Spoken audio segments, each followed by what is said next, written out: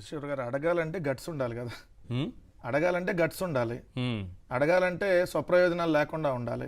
జగన్మోహన్ రెడ్డి గారికి ఏం స్వప్రయోజనాలు లేవు కాబట్టి తనకు రాష్ట్ర ప్రయోజనాల ఎజెండా కాబట్టి నేను చెప్పాను రాష్ట్ర కదా, ప్రజల కోసం ఆయన మాకు clear రాష్ట్ర గా అడిగారు. ప్రయోజనాలు తప్ప వేరే ప్రయోజనాలు ఏం లేవు. రాష్ట్ర ప్రయోజనాల దృష్ట్యానే జగన్మోహన్ రెడ్డి గారు అడిగారు. ఎందుకంటే ఆయన సొంత ప్రయోజనాలు ఏమి భారతీయ జనతా పార్టీతోనో కేంద్ర ప్రభుత్వంతోనో ఎప్పుడూ లేవు.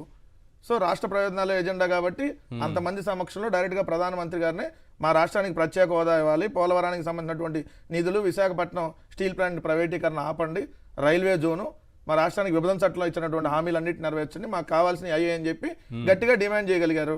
కానీ ఈరోజు స్వప్రయోజనాలు చంద్రబాబు నాయుడు గారికి అవసరం కాబట్టి, ఎందుకంటే ఆయనకు తెలుసు మీకు అప్పులు ఇప్పించాలి, అమరావతి కట్టడానికి అప్పులు ఇప్పించాలి, హ్మ్. అందుకని ఆయన అడగలేడు.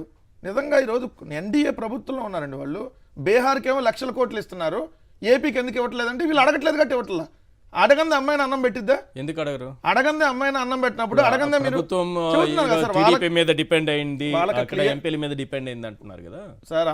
వాళ్ళకి క్లియర్ గా కావాల్సింది ఏంటంటే అమరావతిలో వాళ్ళు కొనుక్కున్నటువంటి భూములకి వాల్యూ పెరగాలి, దాన్ని అమ్మేసుకోవాలి. ఇది ఒక్కటే వాళ్ళ పర్సనల్ ఎజెండా.